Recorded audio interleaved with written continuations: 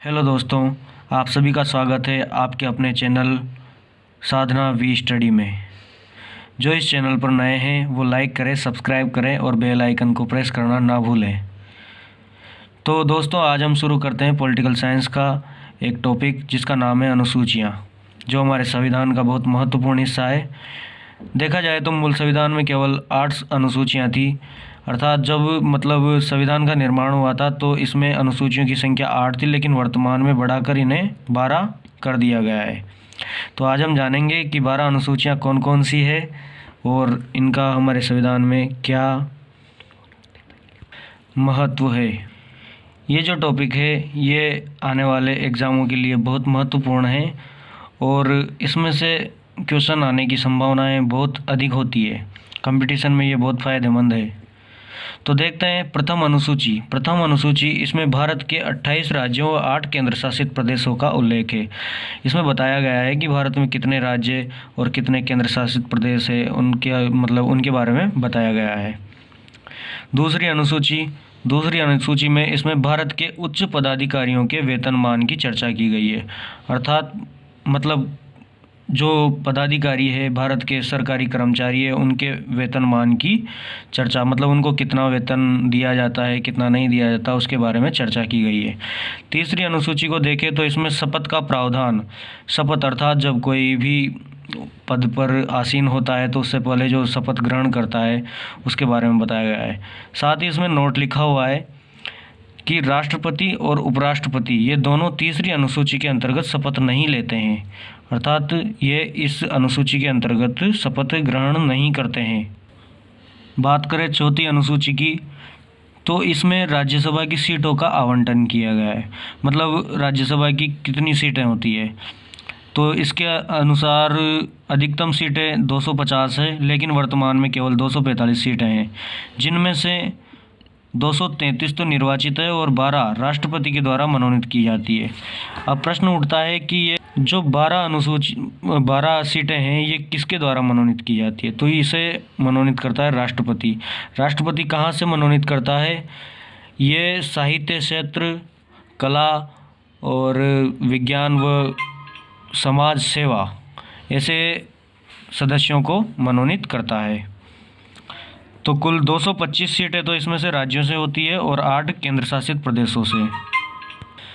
बात करें पाँचवीं अनुसूची, तो पाँचवीं अनुसूची में SC ST के जनजातीय क्षेत्रों के लिए विशेष प्रावधान दिए गए हैं, अर्थात आरक्षण की बात की गई है। इस अनुसूची का उल्लेख अनुच्छेद 244 भाग संख्या 10 का अनुच्छेद 244 में हुआ है तथा राष्ट्रपति के द्वारा SC ST को दर्जा दिया जाता है।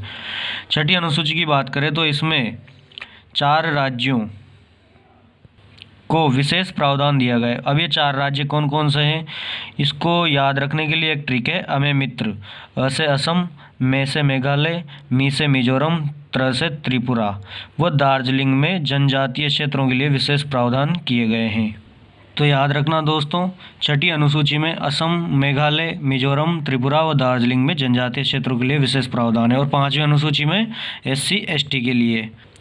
बात करें 7वीं अनुसूची की तो इसमें संघवाद अर्थात केंद्र व राज्य के सरकारों के मध्य विषयों का बंटवारा किया गया है, अर्थात कौन कौन सा विषय केंद्र सरकार के अंतर्गत आता है और कौन सा विषय राज्य सरकार के अंतर्गत आता है।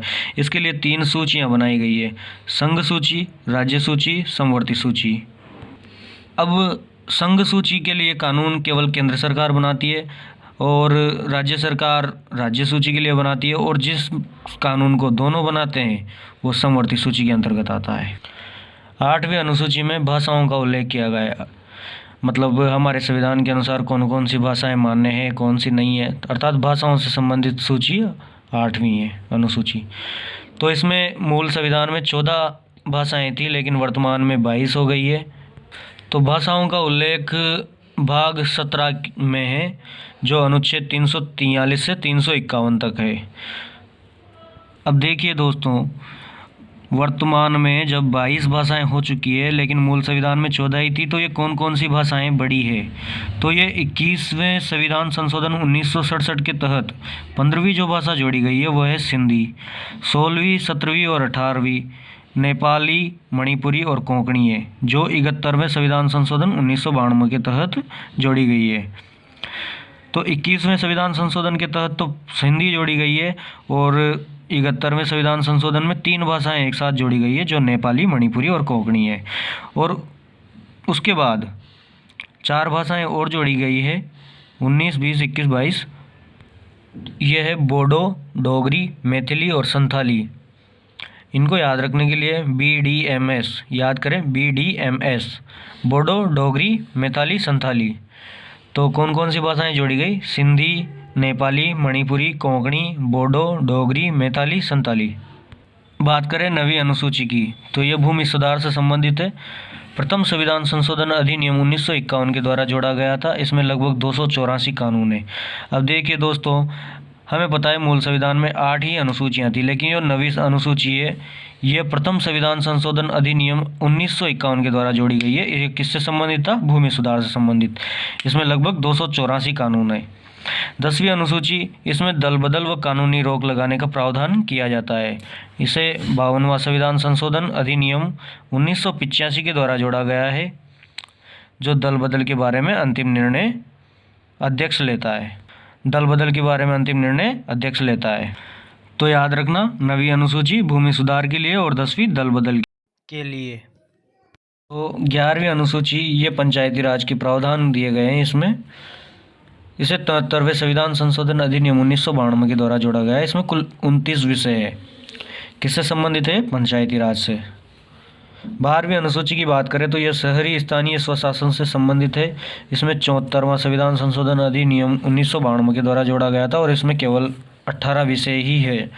तो 11वीं में कितने विषय हैं? 29। किससे संबंधित है? पंचायती राज से संबंधित। और 12वीं अनुसूची में 18 विषय है, और किससे संबंधित है? शहरी स्थानीय स्वशासन से। तो 11वीं तो 73वें संविधान संशोधन से जोड़ी गई है, और ये 74वें संविधान